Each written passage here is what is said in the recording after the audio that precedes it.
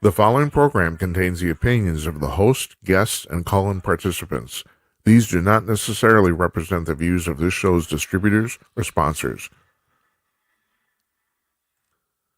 This program may contain obscene, profane, or otherwise objectionable language. Viewer discretion is advised.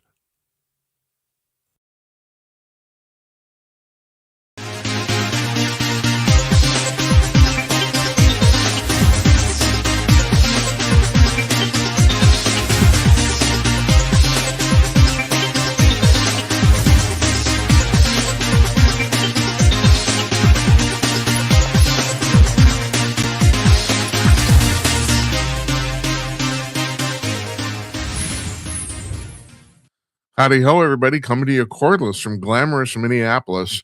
It's Tuesday night, April 7th, 2026. Not 2025, 2026. I'm Jim Peters. Welcome to another edition of Jim Peters at Night. This is episode number 334, if you're keeping score at home. And my God, time flies when you're having fun. Our guest tonight is Laura Ranger. She is an author, normally a fiction author, but she's written her first nonfiction book, called Taken. It's about the alien abduction of Carl Higdon. If you know this show, you know that interests us greatly, and we're putting her on the screen now from where in Mississippi did you say? Just outside Jackson, Mississippi. Laura Ranger, hello. Thanks for joining us. Thank you for having me. All right, so now we were talking before we came on the air. This is your first, you're a fiction author. This is your first nonfiction book. What prompted you to write this? The subject. I happened to be introduced to the Higdons, and just after I became aware of Carl Higdon and what happened with him, he did pass.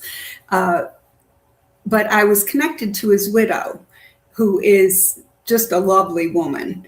And there was something that I always felt was missing from this story.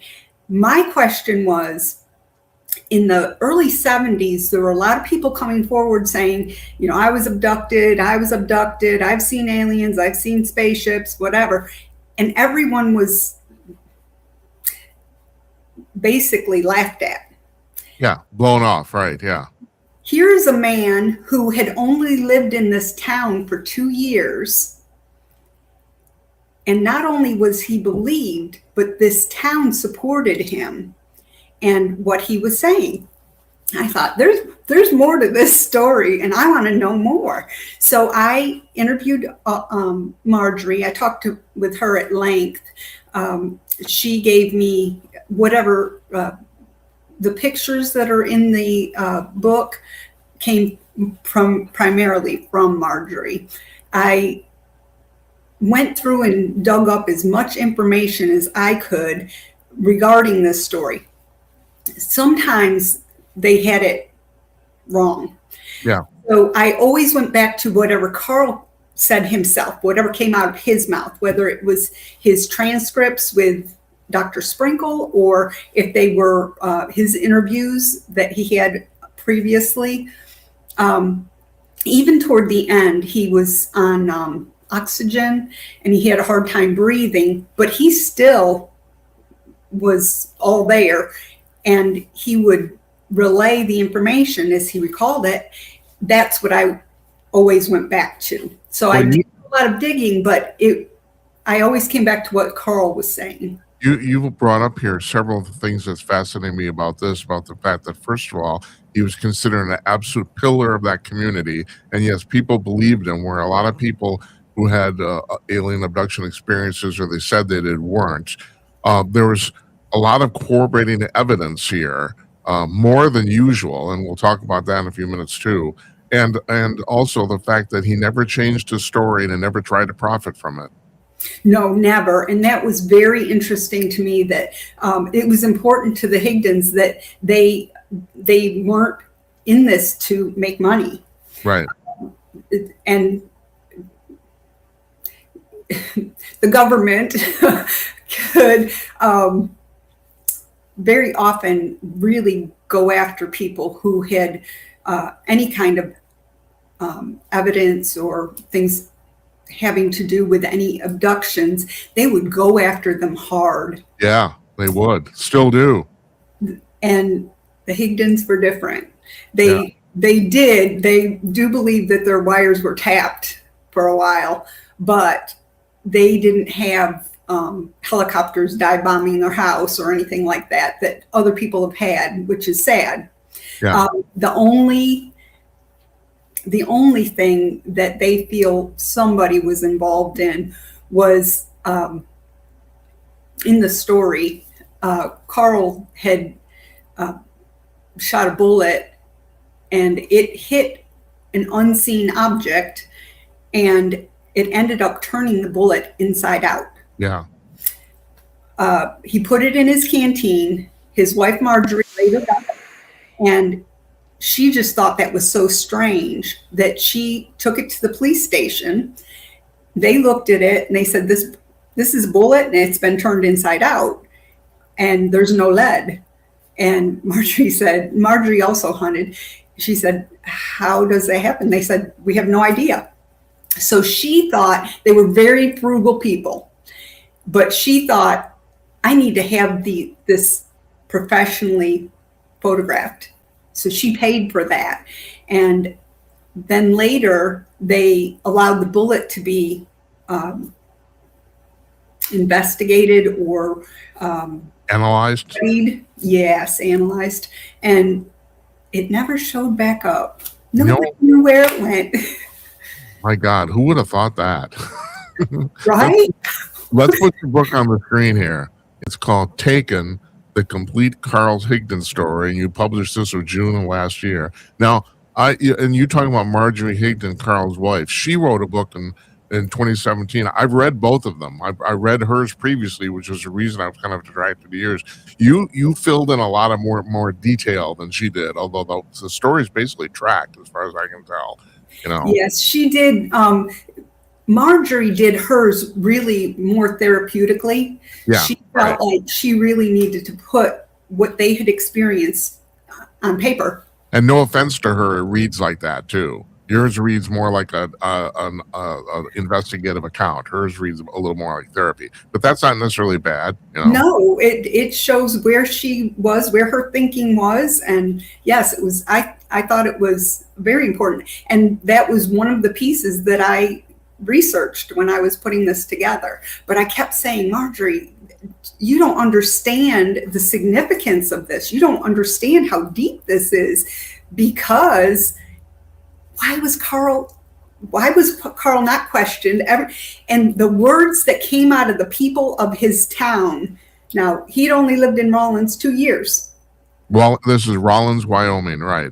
Yes. Yeah. He'd only lived there 2 years, but the people of the town said if it was anyone else, they wouldn't have believed him. Right. It was Carl, so everybody believed him. Yeah, I know. It's really amazing. So let's actually. That was his character. So his character is what I tried to capture in this book. I think you did too. Oh, good. Let's go to the actual incident. So this is October 25th, 1974, right outside of Rawlins. So why don't you go on and basically tell the story here? So Carl was a foreman on an oil rig. And the reason he was only there for 2 years at that point, they lived there a total of 10, was because wherever the oil was drilling, that's where he went. So he was, Nebraska is where he met Marjorie. Wyoming. He would be what you call a journeyman, right? Yes, absolutely. Right. And at this particular location, he was the foreman. Now, the way that it works in the oil field is you either have a full team or you have nobody. You don't work without a full team. So it was a Friday. He went to pick up the men in his team, and 2 of them had the flu, which meant no work. He had just gotten a brand new rifle. So he went home. He called Marjorie, who was at work, and he said, can't work today. I'm going to go hunt in the forests that were about 50 miles south of Rawlins, which he had never been to before. And he said, I have my license for elk hunting. I'm going to go elk hunting. And she said, well, okay. Can you clarify this?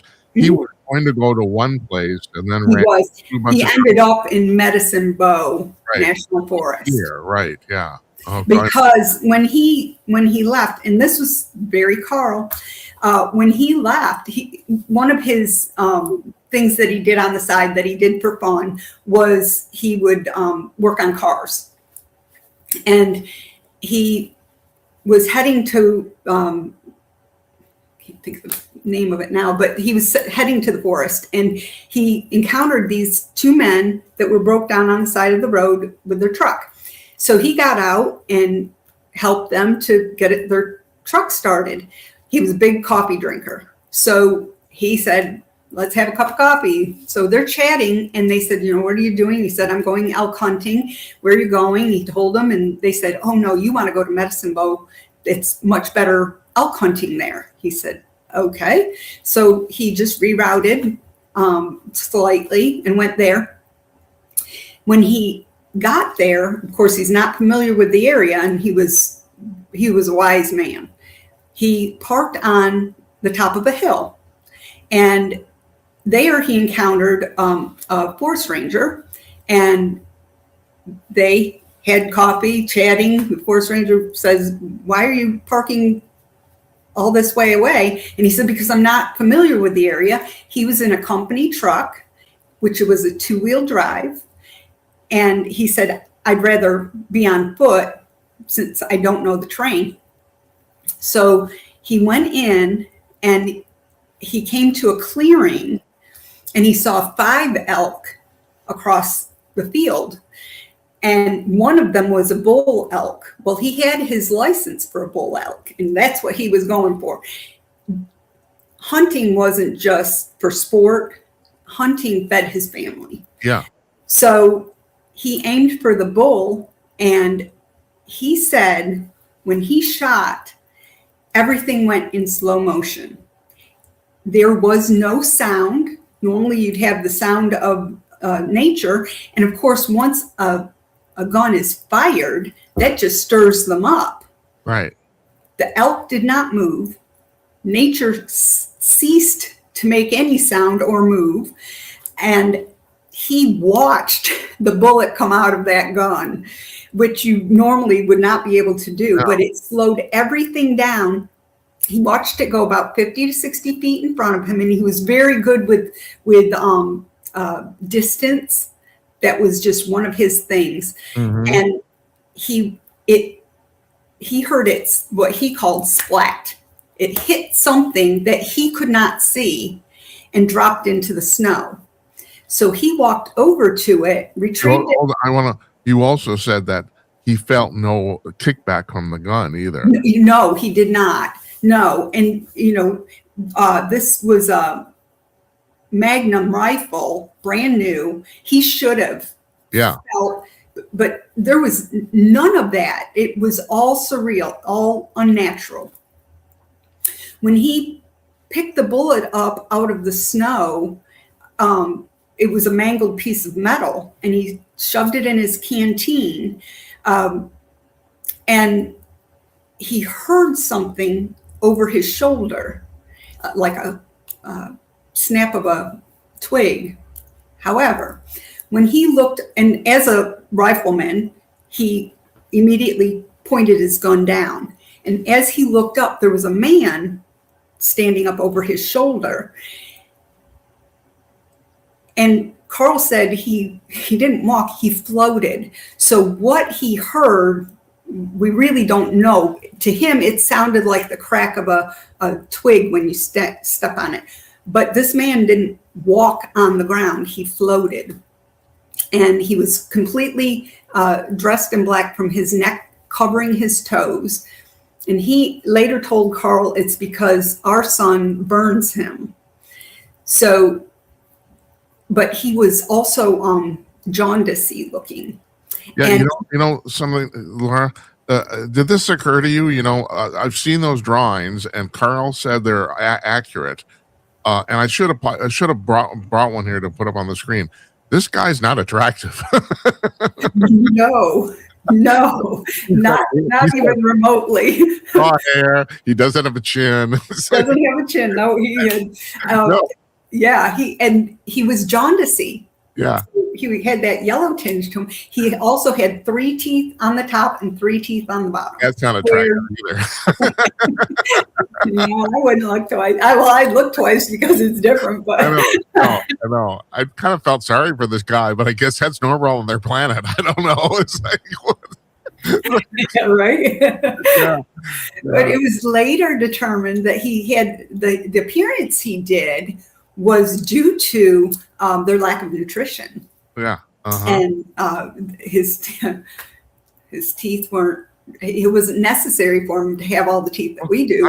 I'm kind of getting ahead of the story here, but since you just brought that up, so you talk about David Paulides in your book, or Paulides, I think his name is pronounced, about the fact he talked to Carl, and Paulides has said, he is like investigated like 1,000 of these things, and he says a lot of these people disappear in places where there's a predominance of elk. And this guy told Carl that they were there to get the elk. Yes, they were.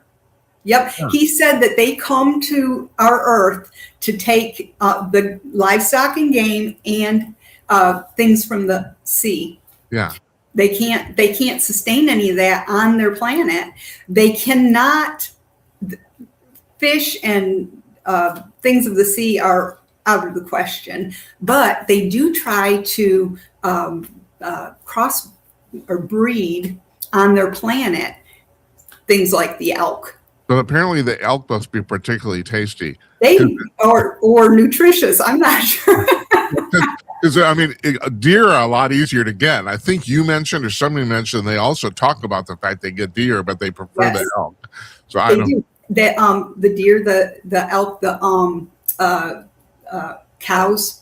Yeah, you hear a lot about that too. But no, and really what they do is they turn what they get into pills. And those pills are what provide them the nutrition.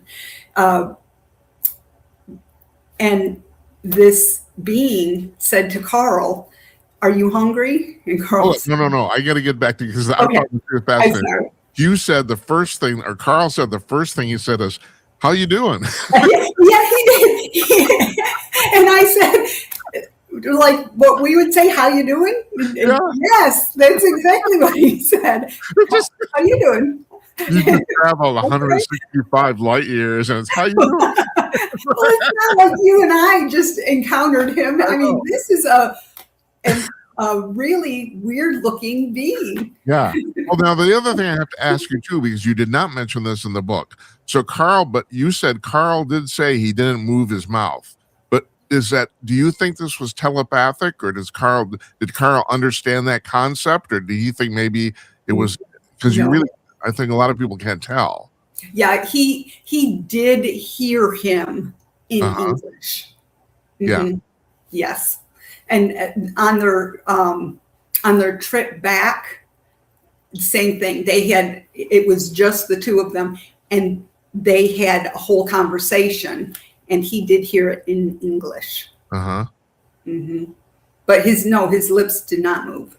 So the other thing you brought up too, I found fascinating, because this never would have occurred to me, and that is technically this is not an alien abduction, because the alien asked Carl, "Do you want to go for a ride?"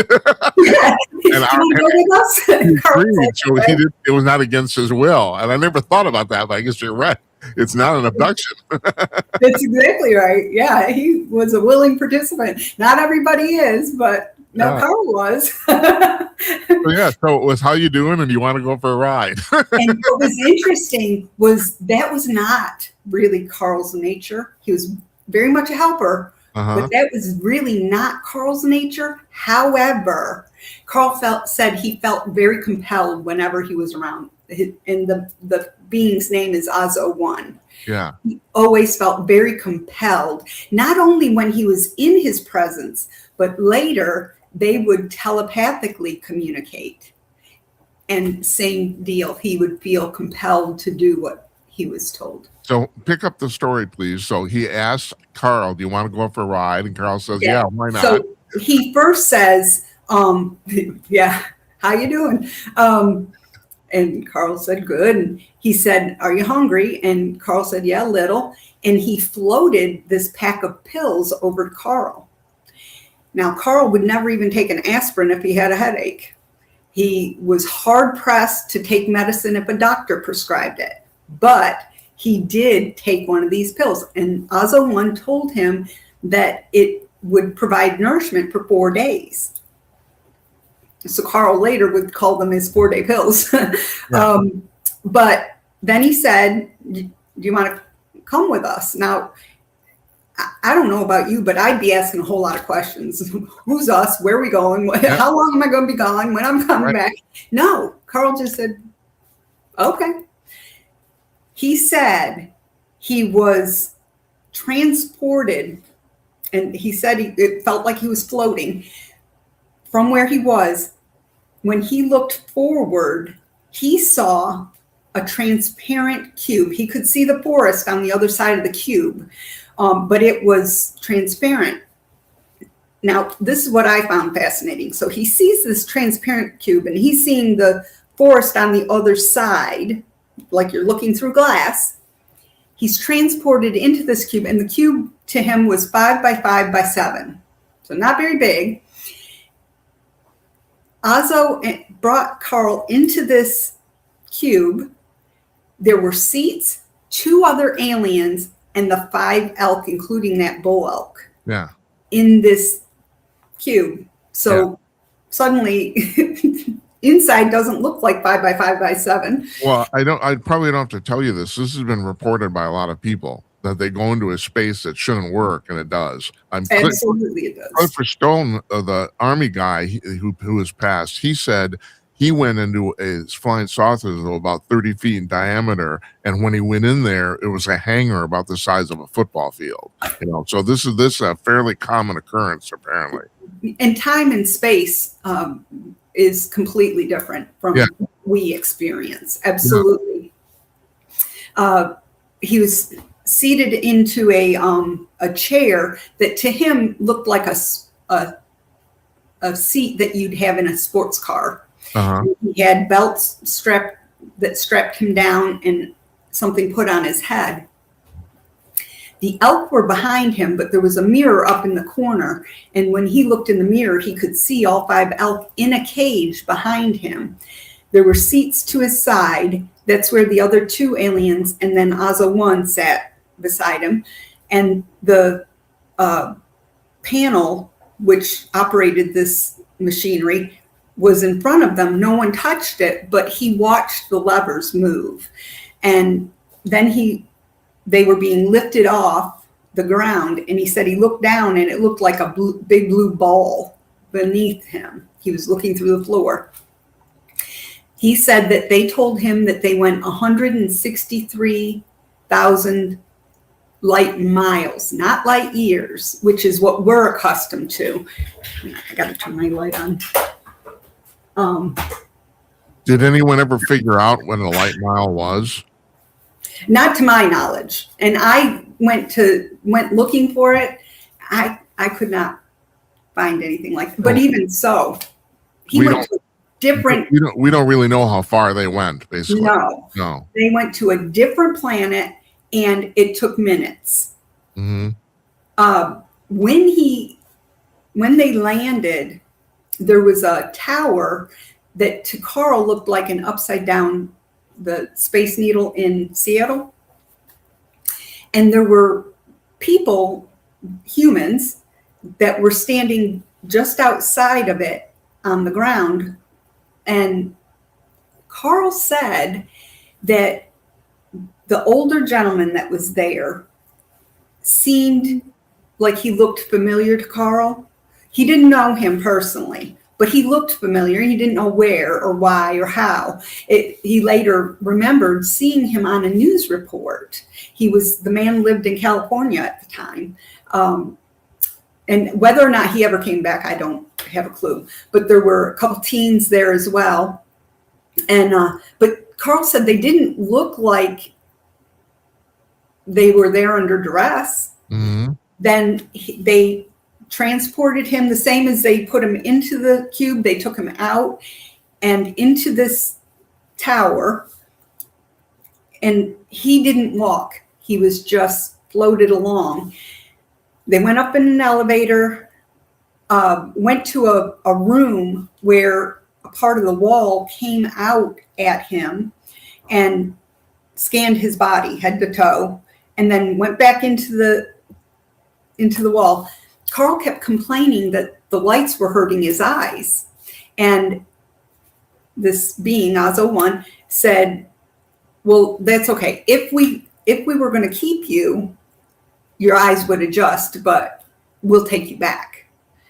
And later, when Carl was glad, but later he believes the reason that they were going to take him back so quickly was when they scanned him, they probably realized he had had a vasectomy years before. Mm-hmm. He had at that point 7 children, and he and Marjorie decided no more, and he had a vasectomy.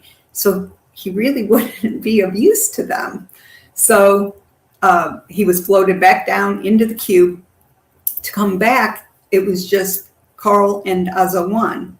I want to interject here, because you also said in your book that David Paulides said that all the people that had been missing from that part of the country, he was the only one who had a vasectomy.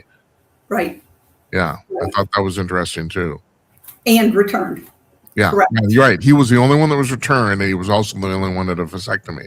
Right. So So that's why Carl really believes it was his saving grace. Yeah.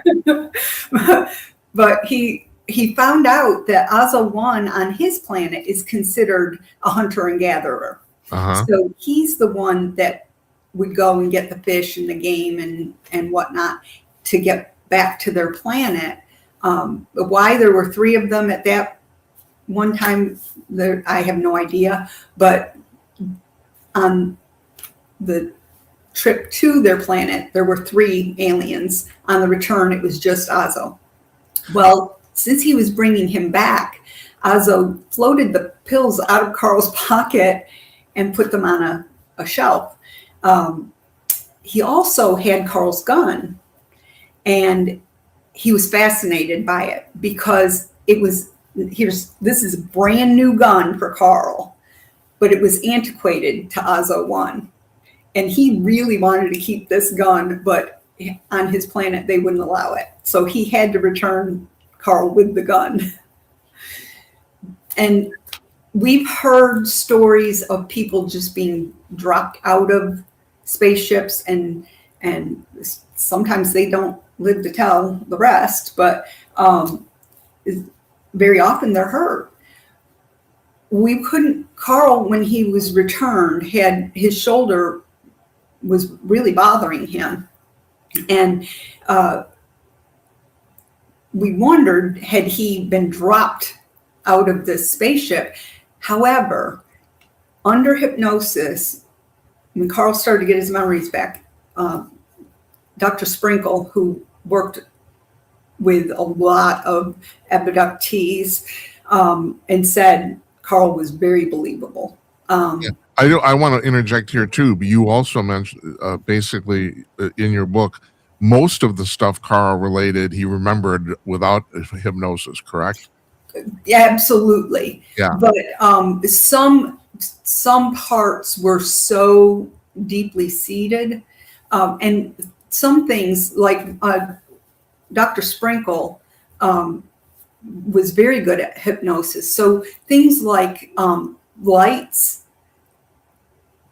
would sometimes really bother Carl's eyes. And if Carl were talking about his abduction or his trip, his eyes would just start watering profusely. So Dr. Sprinkle gave him a hypnotic suggestion to ease that. The other was whenever he was talking about coming back, his shoulder would start to bother him, really hurt. So Dr. Sprinkle gave him a hypnotic suggestion to ease that as well. And we should point out here now, Dr. Leo Sprinkle, at that time period, was a very prominent person in the UFO community. He was working at the University of Laramie. He was. Yeah, at that time. So he was geographically very close. And yeah. How did Carl end up connecting with Dr. Sprinkle? Well, the man who drew the picture, Yeah. he was connected with Dr. Sprinkle. Mhm. And he, after talking with Carl, and he got connected to Carl because he read a news article that was done in Rawlins at the time. He reached out to Dr. Sprinkle and connected him with Carl. And then Carl and Dr. Sprinkle were friends until they passed. Yeah. One of the interesting things about Carl is that, okay, he was an outdoorsman, he was an oilman. I mean, he was kind of your prototypical American rugged man, and yet he still knew enough, the fact that this was bothering him, that he needed help. And based on what you said, he talked for the rest of his life. He said, if this happens to you, get some help, because he said that he basically came to really rely on Dr. Sprinkle, didn't he? Yes, he did. One of the things that happened once Carl got his memories back, and he was 3 days without memories. As a matter of fact, do you mind? Can we go back to the part where where Osso actually drops him off? Because the important part of the story here is that, okay, so he saw this DNR guy when he first got there, which is kind of a corroboration of the fact of where he parked his truck, because that's not where they found his truck. No.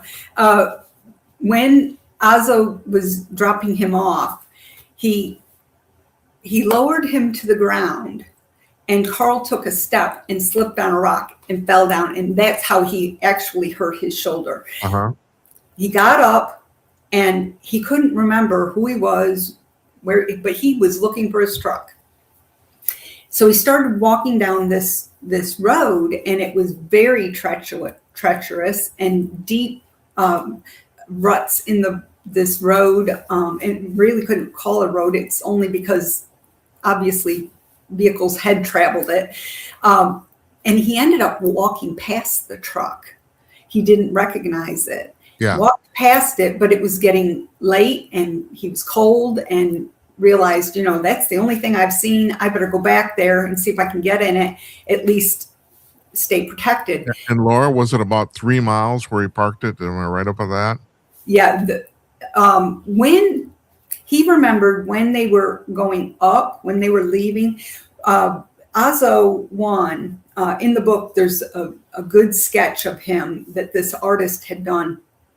Osso one's, he didn't have hands. He had cones at the end of his fabric. And Carl watched him point the cone at his truck on the hill, and he watched it move.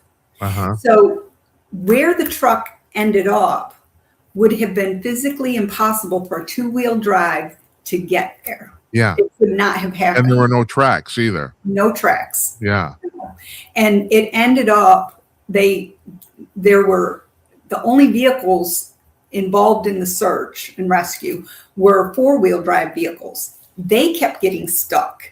Right. And they were trying to pull him out, pull his vehicle out, and they kept getting stuck and having to pull each other out and then start over and that sort of thing.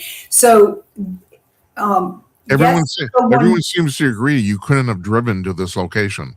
Right. Absolutely correct. Right. You see some of the pictures in the book. You can see how a two-wheel drive would have been impossible there. He couldn't have driven in there. And then too, Carl says to this ranger, I'm not familiar, so I'm walking in. Right. So, yeah.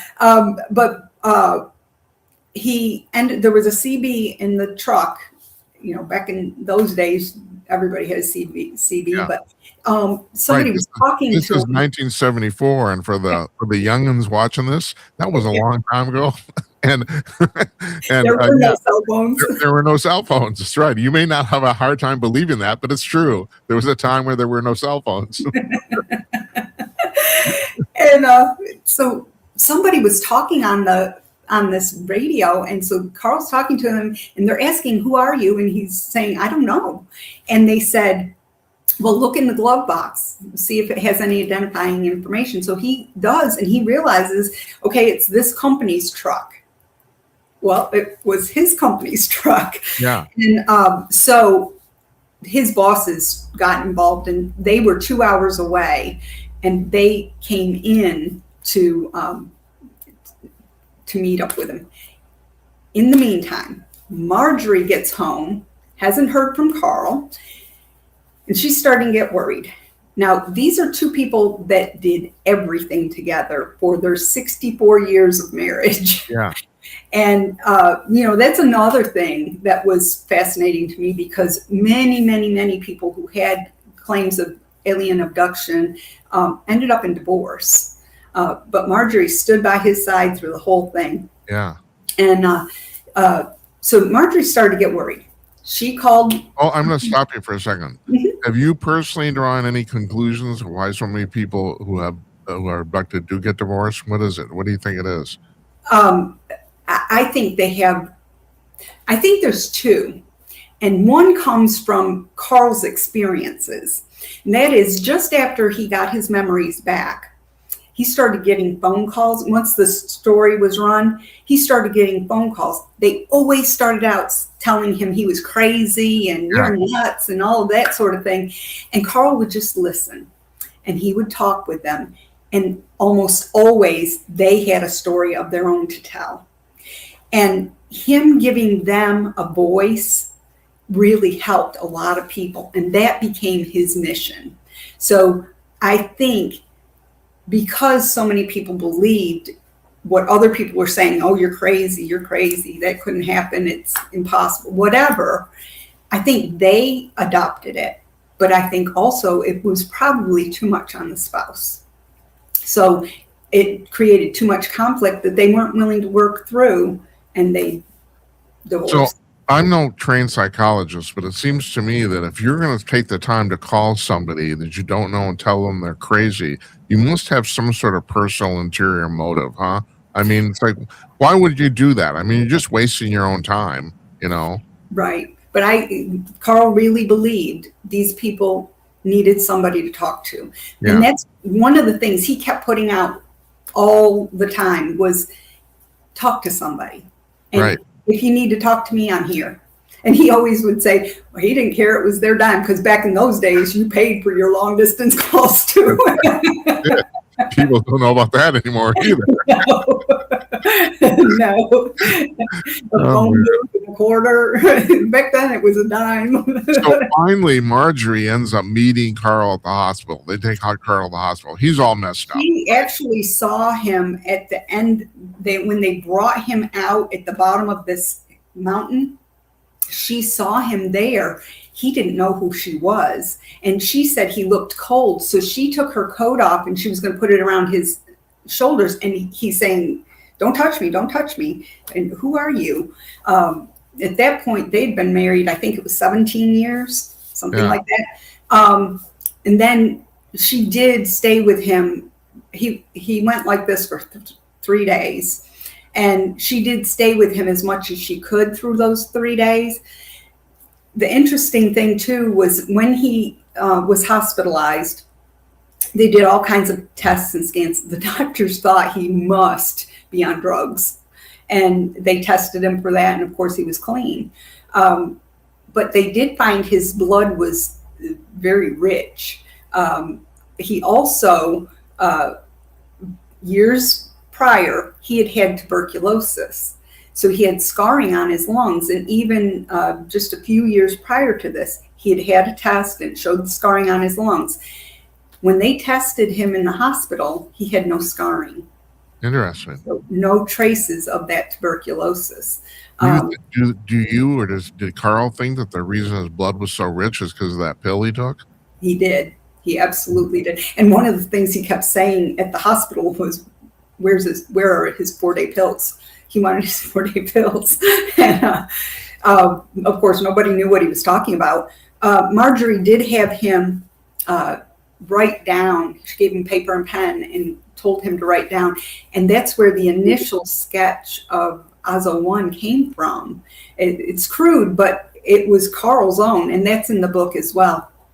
But he had different things like addresses that he was throwing out, and Marjorie didn't know where that was coming from. Later, they realized they were previous addresses where he had lived as a child. Oh. So why they came back to his remembrance, no idea. But then 3 days later, their oldest daughter, Rose, walked into the room for the first time. And as soon as he saw her, he said it was like a switch flipped. And to him, he remembered everything. He remembered. And he kept calling Marjorie the pretty woman in the corner. But she said at least he hadn't lost his mind. But he remembered Marjorie. He remembered Rose. He remembered the incident and what had taken place. And at that point, Dr. Sprinkle said, Dr. Tonga, who was his physician in charge, said that he had amnesia, and he released him. Yeah. And they went home, but Carl, who really grew up driving stick shift, and like Marjorie said, he could drive anything. He wouldn't drive. He was terrified to drive. So he walked everywhere for years. Years, huh? Years. Wow. Mm-hmm. Yeah. And over the years, he would telepathically hear from Ozzo one, and he would tell him, go to the top of this mountain, or go over here or there, or whatever. He'd get Marjorie up in the middle of the night, and they would drive to wherever. And he said he never actually encountered him physically again. One of the times he saw what looked like an upside down ice cream cone flying away. And sometimes there was a bad sulfur smell, things like that. But and at one time, they were, wherever they were at the time, they were experiencing a drought. So he was telepathically talking with Ozzo and said, we could use some rain. So it started raining. And after a couple of days, Carl was like, okay, enough. And it stopped. So I should tell you, Laura. So I have a guy who's become a friend of mine now. His name is Bruce Solheim. He's published 11 books. He's a professor of history at Citrus College in Glendora, California. He says he was abducted as an adolescent. And he says he's been basically communicating with his abductor named Anzar twice a week for the rest of his life. He talks to Anzar all the time. Then on Thursday, I had a woman on named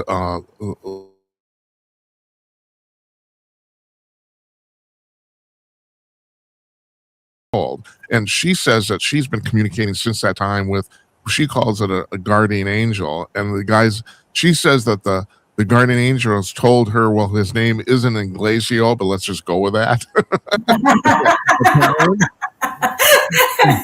So that's his name. And she said she's been talking to him the entire time too. So, I don't know, what do you make of this? I mean, these are credible people. They're not insane, Right. And Carl's history, and that's where I felt the real story was. And that's why this is the complete Carl Higdon story.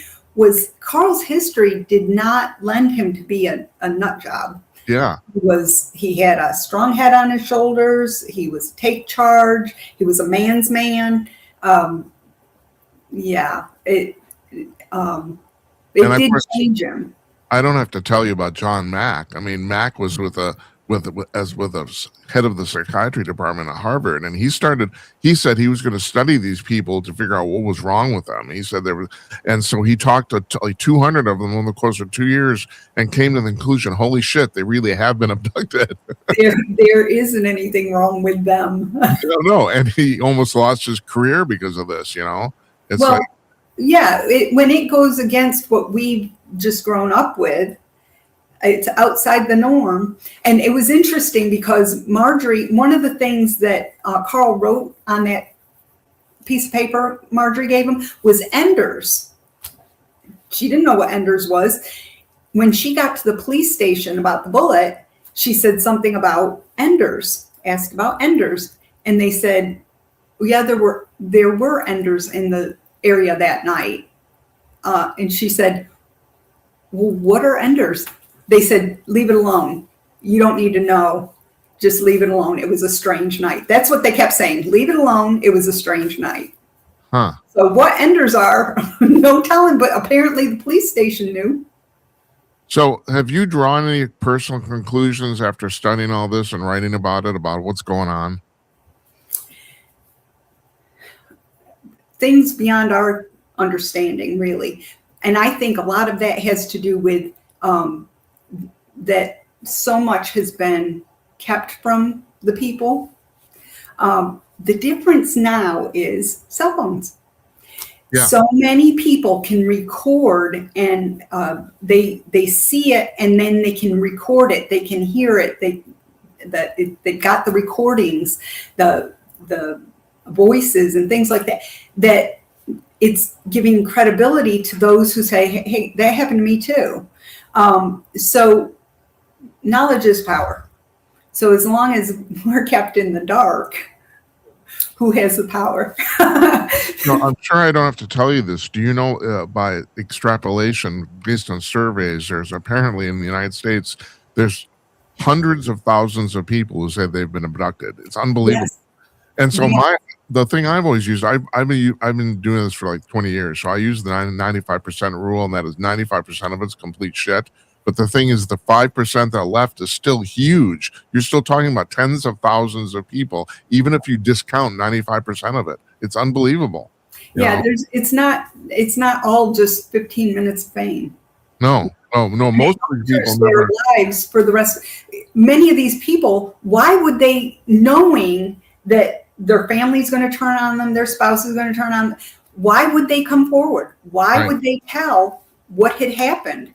Except that it did, and it affected them. Yeah. I don't know if I want to be Mayor Delasso, but no, I don't.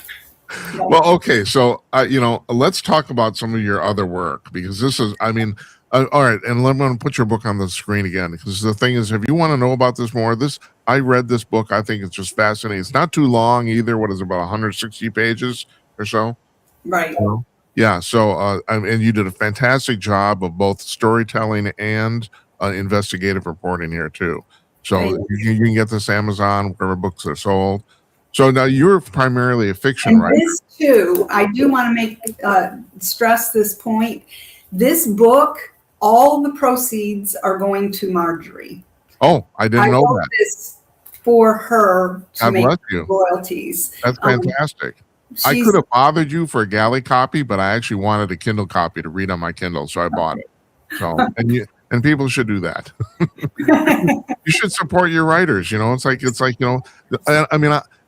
people ask me, "Aren't you going to write a book?" Well, no. You know why? First of all, I have too much pride. I don't want to get a ghostwriter. Secondly, it takes a good year, and it's not like I don't have things to do. I'm doing this for You're not bored? No, I'm not bored. And I hate to say this, but you know this. Most books don't make a lot of money. It's like, please. You spend a whole year of your life devoted to something, and you might make 5-10 grand. It's like, well, geez. You're not going to write a book and become the next Stephen King. I can promise you. No. Well, you might get lucky. People get lucky. It's like Anthony Bourdain. No one ever heard of him. He wrote a book about cooking and got rich. Yeah. But you're primarily a fiction writer. So you've written a couple of series, right? I have written. Well, it's interesting because as a fiction writer, I get in the head of my characters. Mm-hmm. And the last book I had published was called Made for Me. And I did that because somebody gave me the concept, and he said, "I'm not a writer. Would you write this?" And I said, "Sure." I was fascinated. Oh, forgive me. This is a young person's novel, but it's science fiction, right? It is. So did you draw anything from the Higdon story to write this? No, I did not. This I had to go in and I had to research, because this girl makes a person. I barely passed science, please. So I really had to dig and learn, and each aspect, well, how would this happen? And then I'd have to thank God for Google and put it together that way. Well, it was supposed to be a standalone. Yeah. And I was writing the last chapter of this story, and I'm following my characters' prompts and leads and whatnot, and I'm typing out, and it ended, and I went, oh, really? Which opened the door for a sequel. And this book, this friend that had given me the concept, he is connected to some people in Hollywood.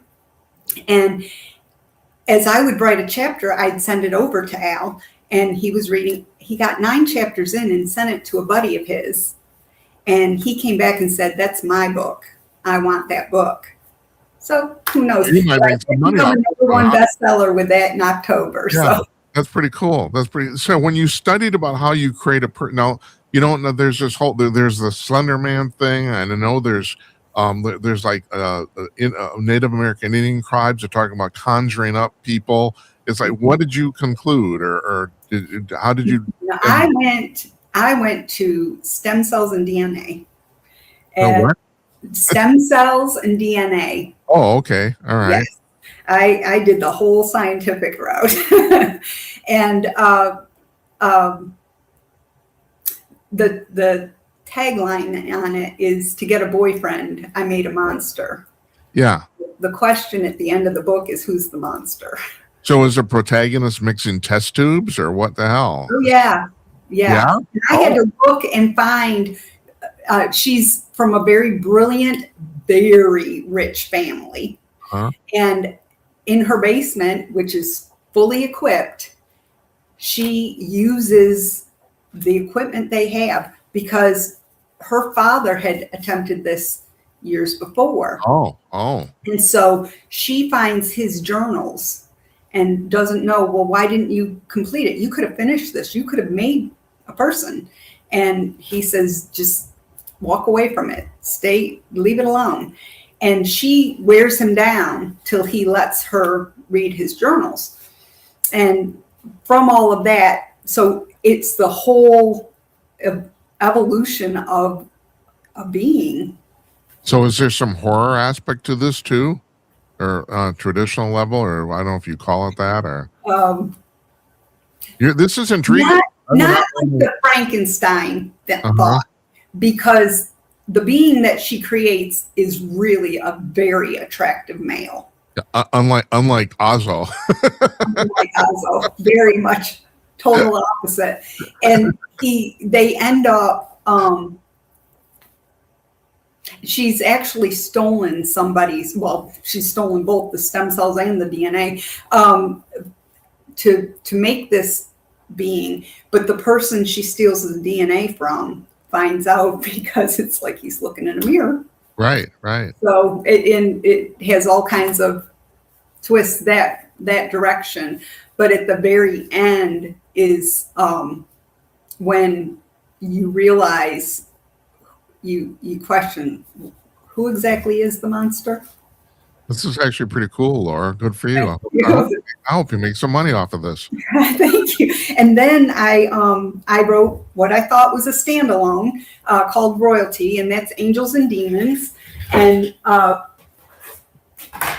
sorry, I have a light. It's on a timer sensor. I know. I thought you were reaching for a book there, but no, but well, now you also have made for me. Yeah, right. That's the book, right? Right. But I did this book on Angels and Demons, and it was to be a standalone. And when I got to the end of it, the people who had read it came back saying, and I got so much feedback that it had impacted people positively. And they kept saying, we've got to have more of these characters. You've got to write more. And I thought, it's the end of the story. What are you talking about? And I thought about it and I thought, oh, I could see where this could go. So this year I completed the 3 books that are. Oh, congratulations. So it's all 4, and we're working very hard to get those edited and out this year. So it's the Royal Lineage series. Yeah. And all 4 books are about angels and demons. And so now you actually run your own publishing company. I do. Foundations Books, and it's at foundationsbooks.net, and that's foundations with an S. Right. I got to admit, I personally thought that was a little awkward, but whatever, I'm not running your business. So how did you end up starting this? And this is my goodness. You're not just self-publishing here. You're publishing other people. This is a real. Oh, yes. A lot of other people now. Right. And most publishing houses, especially small press, they end up having to close their doors within 6 months. We've just celebrated 10 years. So congratulations, man. Thank you. Pretty impressive. I was traditionally published originally. I had written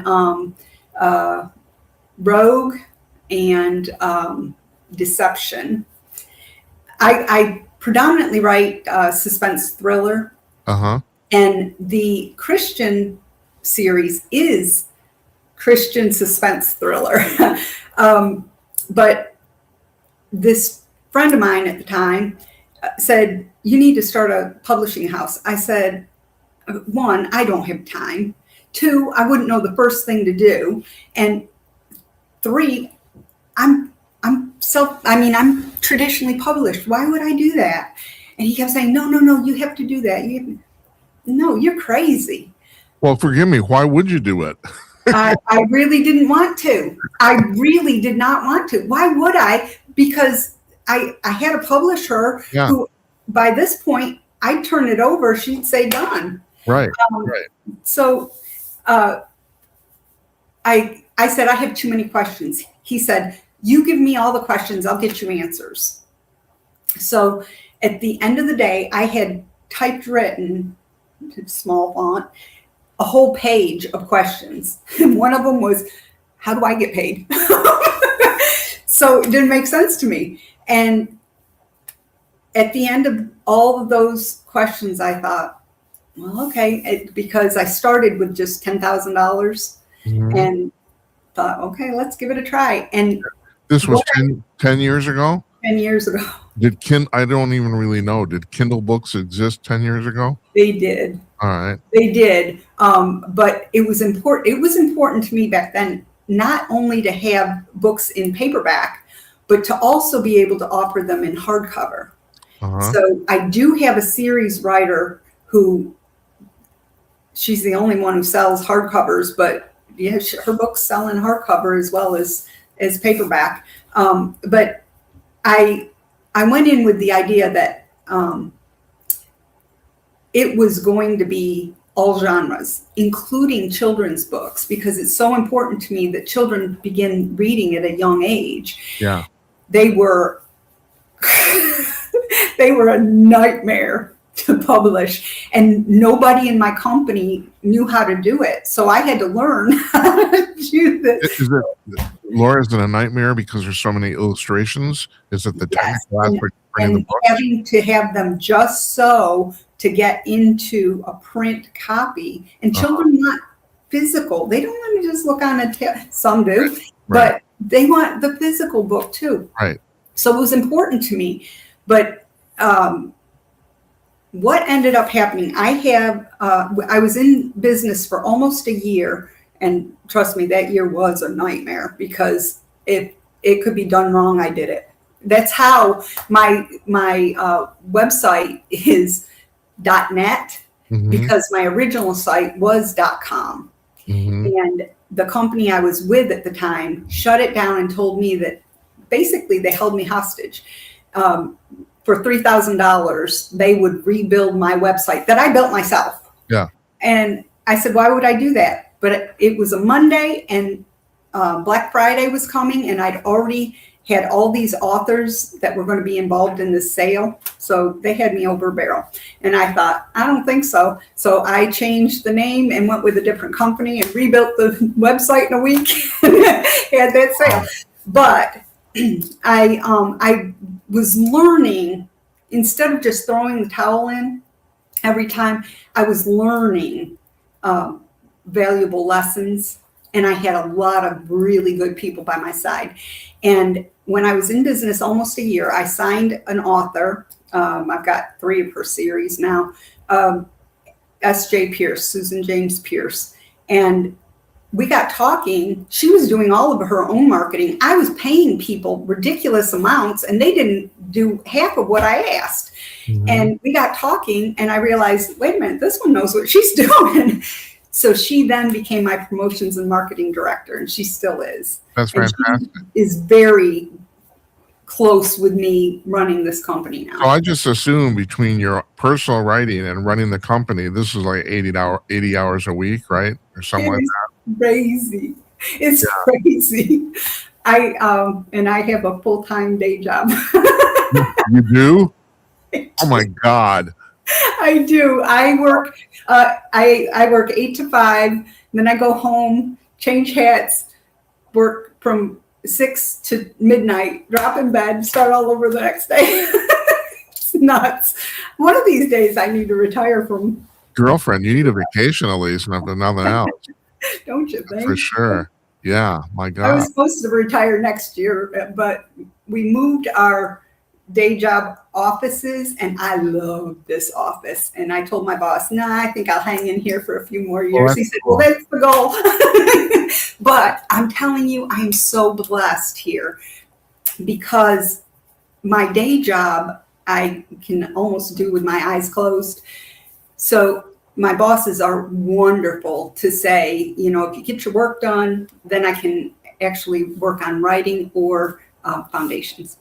That's fantastic. It is. I'm blessed. Good for you, man. I really enjoyed talking with you here. This has been fantastic. I've enjoyed I enjoyed reading your book and also the what was it? It's called Made for You. Is that what that? Made for Me. Made for Me. And so this is supposed to be adolescent fiction. Is that right? Yeah. Young adult science fiction. Right. But yes. I'm under the impression it's probably going to interest a lot of adults too. So. Oh, absolutely. And I think any geek is going to love this book because I really did the deep dive. And my editor was fabulous. He'd come back and go, I don't know if that's really believable. Let's rewrite that. God, in science fiction, does anyone even care if anything's believable? I don't even know. I guess only because I do. She's making a person. I suppose it has to be. Yeah, right. I do take some liberties there. Laura, it's been a real pleasure talking with you. I really appreciate your time. I appreciate you. You've learned a lot. So you take care. We'll talk to you soon, okay? Okay.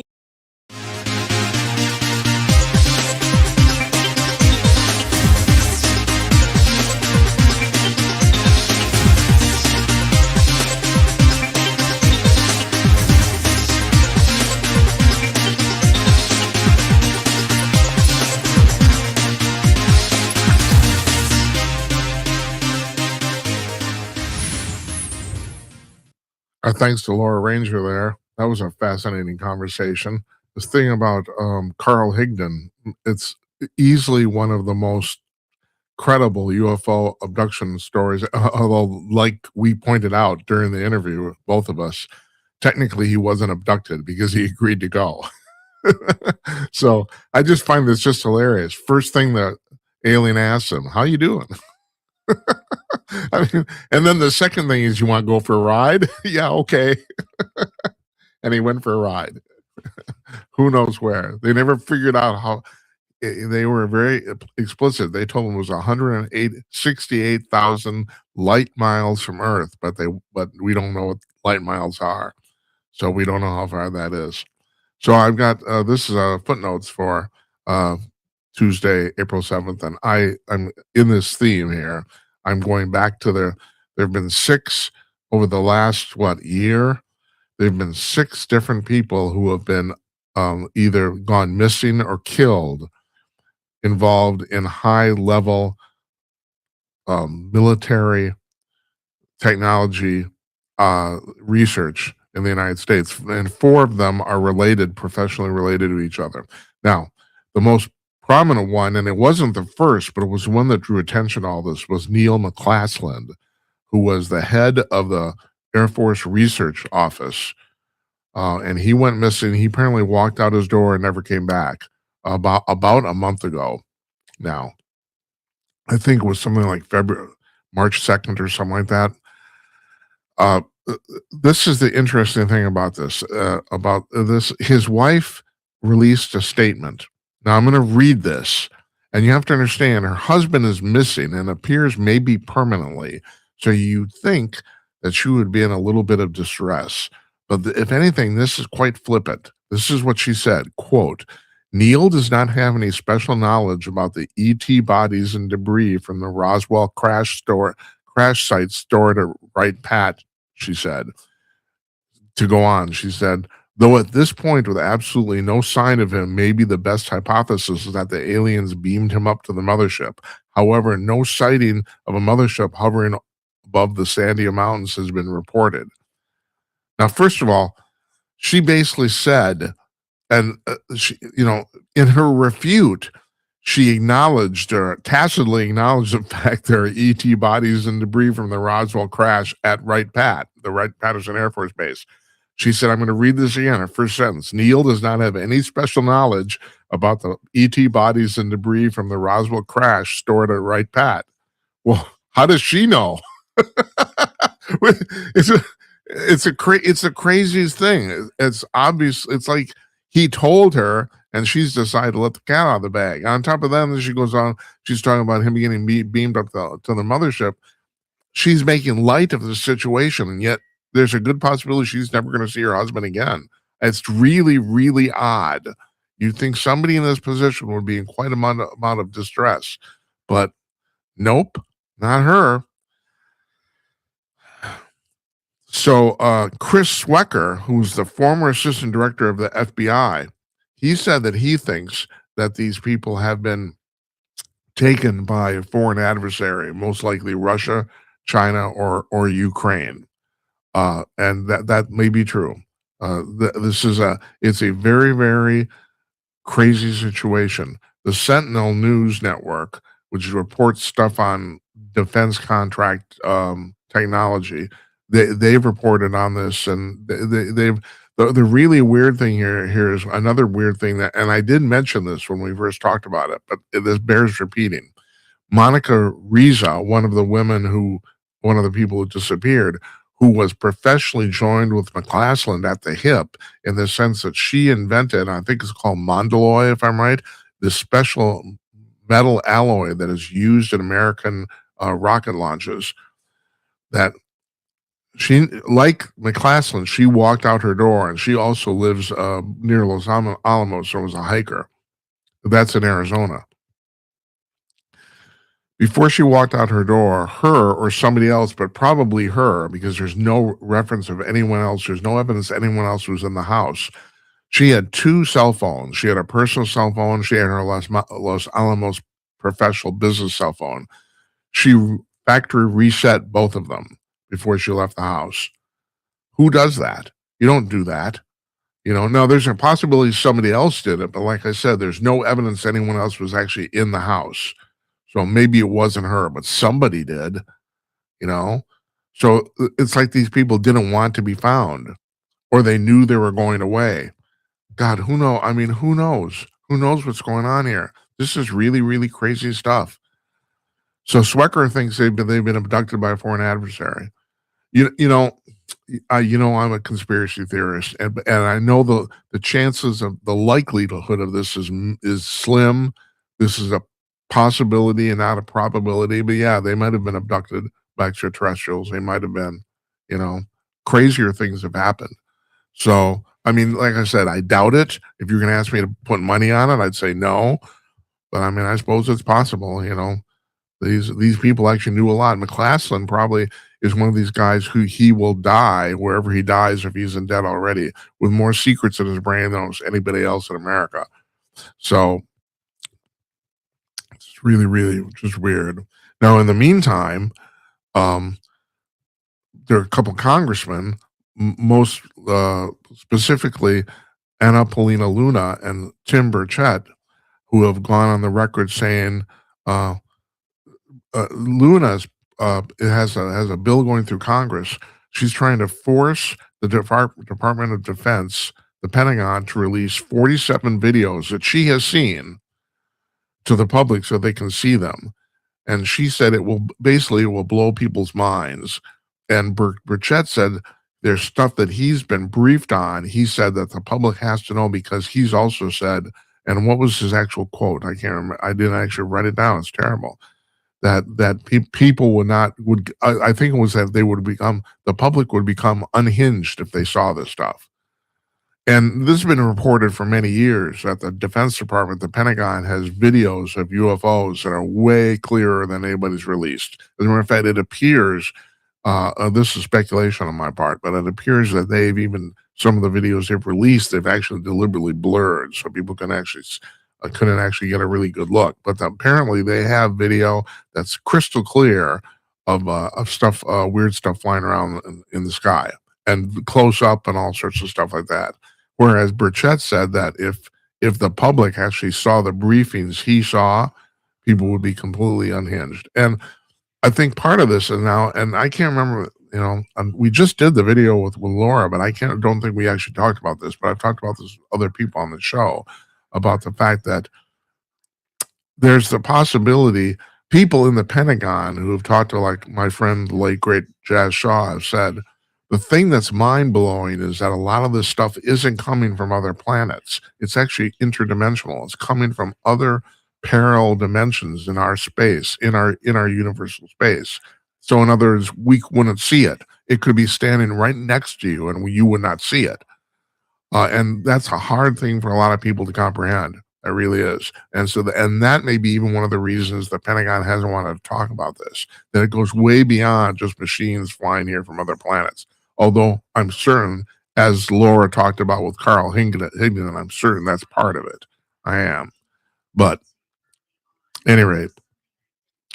And then finally, astronaut Jean-François Clairvoy, and he's a French astronaut, believe it or not. He was one of the people on the Hubble Space Telescope repair mission. And I don't know if you remember that. I can't remember when that was launched. It was the late 1990s. They launched the Hubble telescope and they realized somebody had made a huge mathematical error and the thing was permanently out of focus. So they sent a crew up to fix it, and they did. And that was actually a very, very dangerous mission, actually. They were outside in space walking for lengthy amounts of time, and there were small tools involved.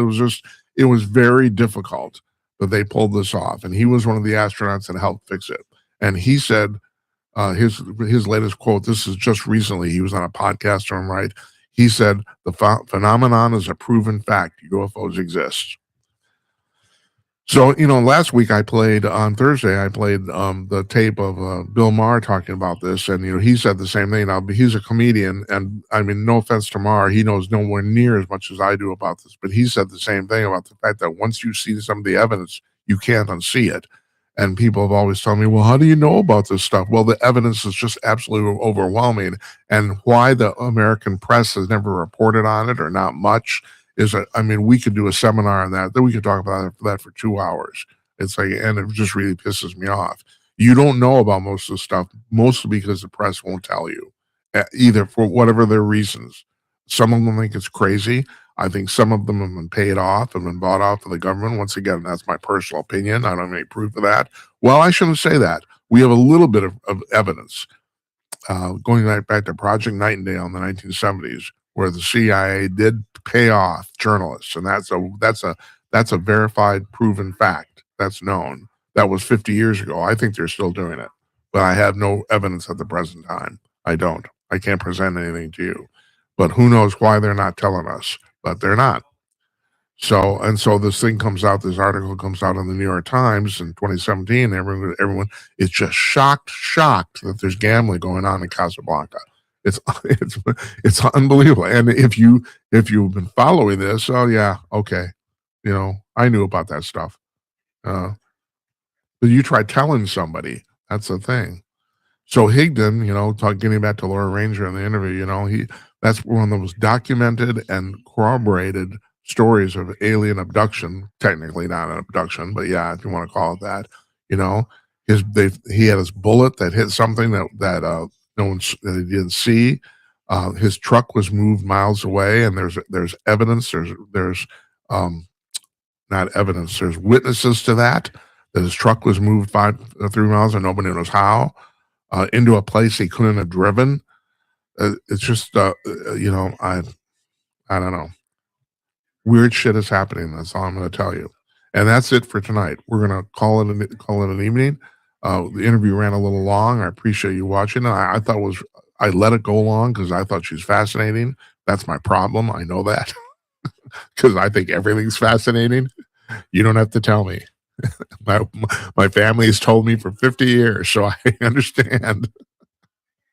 Now, tomorrow night, Lisa Broderick's going to be here.